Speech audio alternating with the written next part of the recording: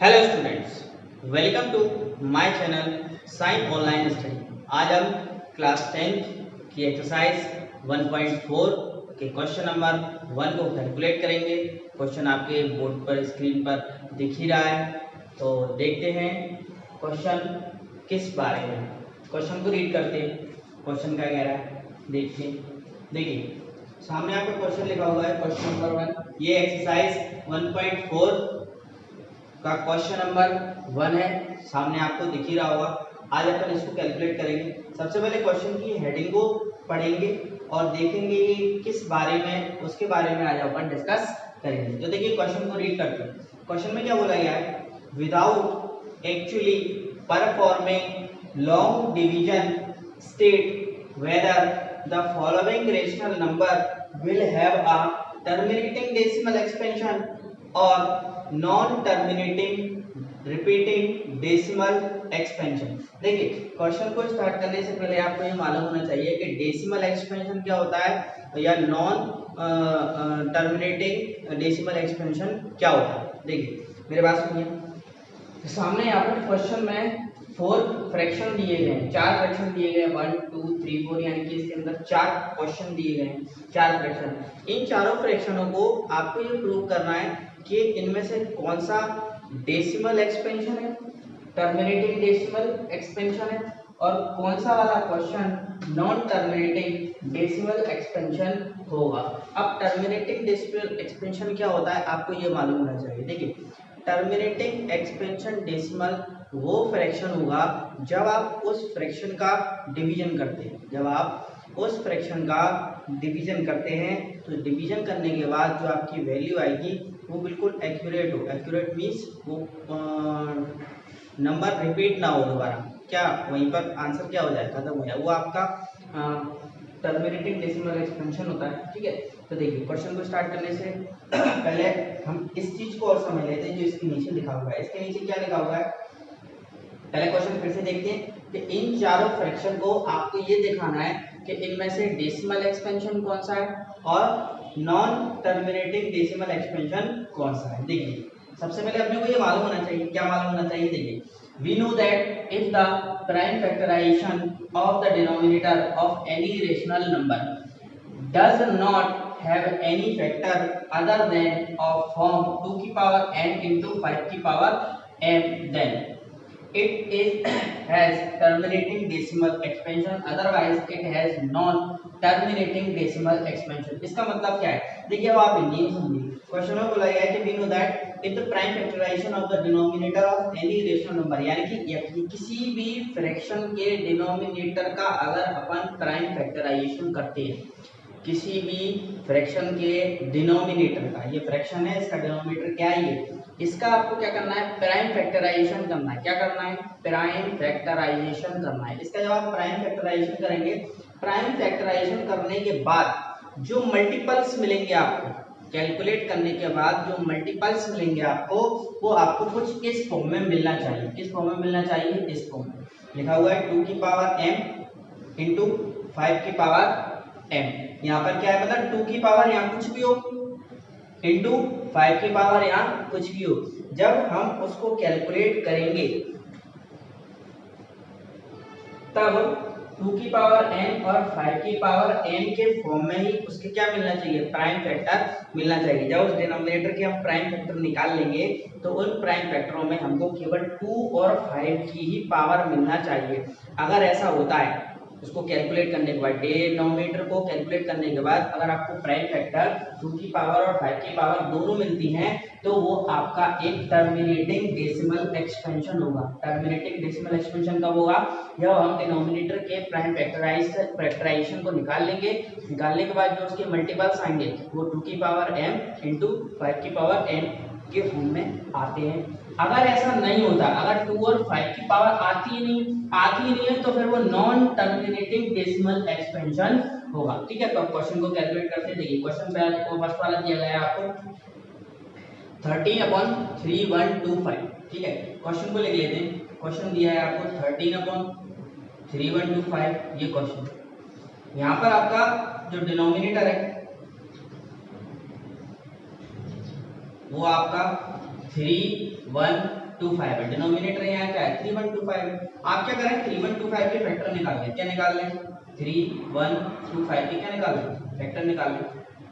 Prime factorisation निकालना 5 से divide करेंगे इसको 5 6 या 30 1 रिमाइंडर यहाँ पर 12 हो गए 5 2 जा 10 2 हो गए यहाँ 5 बचा 25 5 5 जा 25। फिर से इसको 5 से रिड्यूस करेंगे 5 से करेंगे तो कितना आएगा 125। फिर से इसको 5 से करेंगे तो कितना आएगा ये फिर से 5 से करेंगे 5 टाइम्स फिर से 5 से करेंगे 1 टाइम। ये आपके प्राइम फैक्टराइजेशन हो गए।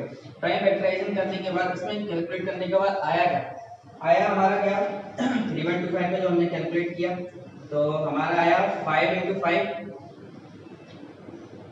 into 5 into 5 into 5। देखिए मेरी बात सुनिए आप यहाँ पर 5 की टाइम पावर कितनी बनेगी 5 बनेगी बिल्कुल ठीक है। 5 की पावर जो होगी वो आपकी 5 की पावर 5 बनेगी ठीक। देखिए मेरी बात सुनिए टर्मिनेटिंग डेसिमल एक्सपेंशन अभी भी मैंने आपको बताया कि टर्मिनेटिंग डेसिमल एक्सपेंशन वही फ्रैक्शन होगा जिसका प्राइम फैक्टराइजेशन निकालने पे पावर 2 की पावर n या 5 की पावर m आती है। मतलब उसमें या तो 2 की पावर फैक्टर होना चाहिए या फिर 5 की फैक्टर होना चाहिए। दोनों ही होना चाहिए मतलब 2 के भी फैक्टर होना चाहिए और 5 के फैक्टर होना चाहिए। बीच में मल्टीप्लाई ये पॉइंट लगा ये मल्टीप्लाई का काम करता है यहाँ पर। तो देखिए 5 की पावर 5 तो आ गया यहाँ m की प्लेस पर पावर आ गई मींस यहाँ 5 के फैक्टर तो मिल गए। लेकिन क्या यहाँ 2 के पावर आई बिल्कुल भी नहीं है। 2 की पावर नहीं आई तो अपन यहाँ ये मान सकते हैं 2 की पावर जो है वो यहाँ पर क्या है 0। 2 की पावर क्या है 0। ऐसा क्यों कर रहे हैं जब आपने लास्ट क्लास में क्वेश्चंस को कैलकुलेट किया होगा तो आपने फॉर्मूला पढ़ा होगा कि x की पावर 0 इज इक्वल्स टू हमेशा क्या होता है 1। x की पावर 0 इज इक्वल्स टू क्या होता है 1। यानी कि कोई भी नंबर है उसकी पावर अगर अपन 0 रखते हैं तो वहां की प्लेस पे क्या आएगा 1 आएगा। मींस 2 की पावर अगर यहाँ 0 है तो 1 आएगा 1 का 5 की पावर 5 से मल्टीप्लाई हो जाएगा तो 3.25 भी तो आएगा। मतलब इसको अपन इस फॉर्म में लिख सकते हैं। तो यहाँ पर अलग तरीके से अगर देखेंगे तो 2 की पावर 0 मतलब 2 की पावर ng हो गई ये लिखा हुआ है इनटू लगा है और 5 की पावर n ये हो गई ये लिखा है। यानी कि ये इस फॉर्म में आ गया ये इस फॉर्म में आ गया ठीक है। अब नीचे लिखेंगे इसके which is of the form of which is of the form। ये किसके फॉर्म में आ रहा है ये भैया फॉर्म में आ रहा है किसके 2 की पावर n into 5 की पावर m इसके फॉर्म में आ रहा है। आप देख सकते हैं आराम से बिल्कुल भी आ रहा है आराम से। सो 13/3125 इज क्या है यहाँ पर टर्मिनेटिंग डेसिमल है। यहाँ पर क्या है टर्मिनेटिंग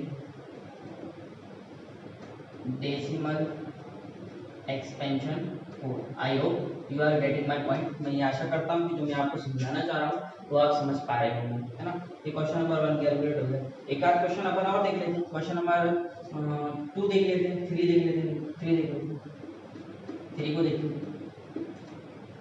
3 को देखेंगे 3 में दिया है 13/50 35/50 ये क्वेश्चन दिया है। क्या करना है रेशनल नंबर के डिनोमिनेटर के आपको प्राइम फैक्टर निकालना है। रेशनल नंबर के डिनोमिनेटर का अपन प्राइम फैक्टर निकालना है 2 2 या 20 ये 25 हो गया 5 5 जो 25 5 बन जा 5 ये कैलकुलेट करा दो ये हो गया ठीक है। अब जब आप इसको लिखेंगे 2 की पावर कितनी आएगी 1 into 5 की पावर कितनी आ गई 2 बिल्कुल सही कोई दिक्कत नहीं। देख सकते हैं आप यहाँ पर कि 2 की पावर यहाँ पर n कंप्लीट हो चुकी है और 5 की पावर यहाँ पर m कंप्लीट हो चुकी है। यानी कि ये इसके फॉर्म में आ गया जिसके फॉर्म में आ गया तो लिख देंगे यहाँ पर which is of the form 2 की पावर n into 5 की पावर m। ये जो है 2 की पावर n into 5 की पावर m में क्या हो रहा है दिख रहा है साफ साफ ये दिख रहा है। तो फिर सेम टू सेम लिख देंगे यहाँ पर क्या कि 35/50 इज टर्मिनेटिंग डेसिमल एक्सपेंशन। ये यहाँ पर ऐसा का ऐसा ही लिख देंगे। एक क्वेश्चन और करा देता हूँ मैं आपको एक क्वेश्चन में आपको सेकंड वाला और करा देता हूँ फोर्थ वाला आप खुद से करने की कोशिश करेंगे। कोई प्रॉब्लम आएगी तो उसको कमेंट सेक्शन में मेंशन करेंगे एंड देन मैं वो वाला भी वीडियो बना दूंगा। क्वेश्चन नंबर 4 के लिए। वैसे वो सिंपल है, कैसे आपको कैलकुलेट इसी टाइप से करना है। अब क्वेश्चन नंबर 2 देख रहे हैं, 2 को भी देख लेते हैं। 2 में क्या दिया गया है, 2 में हमारा दिया गया है 64/455। 455 क्या क्या निकालना है, फैक्टर निकालना है, प्राइम फैक्टर। इसको 5 से डिवाइड करेंगे, 5 9 जा 45, 5 5 जा 5। अब 13 के टेबल से जाएगा 7 टाइम, 13 7 जा 91 होती है, और 7 1 जा 7। जब आपने इसके फैक्टर निकाले देन यू विल गेट 5 × 13 × 7। अब आप देखें यहाँ पर 5 तो आ गया, यहाँ पर 13 भी आ गया, यहाँ पर 7 भी आ गया। क्या इसकी जरूरत, बिल्कुल भी नहीं, क्योंकि हमको किसकी जरूरत है, हमको 2 की पावर है, 2 के फैक्टर चाहिए और 5 के फैक्टर चाहिए। यहाँ 2 के फैक्टर और 5 के फैक्टर दोनों मिल जाएंगे तो वो आपका टर्मिनेटिंग डेसिमल एक्सपेंशन होगा। यहाँ पर तो नहीं मिला। अब यहाँ लिखेंगे which is not of form, ये जो है फॉर्म नहीं कर रहा। क्या नहीं फॉर्म कर रहा, 2 की पावर n × 5 की पावर m, ये बिल्कुल भी फॉर्म नहीं कर रहा। देख सकते हैं आप 2 की और 5 की बिल्कुल भी नहीं मिली, 5 की मिल गई लेकिन 2 का नहीं मिल पाया है। तो लिखेंगे सो क्वेश्चन है आपका 64/655 is non decimal expansion answer. ये इस क्वेश्चन का आंसर होगा।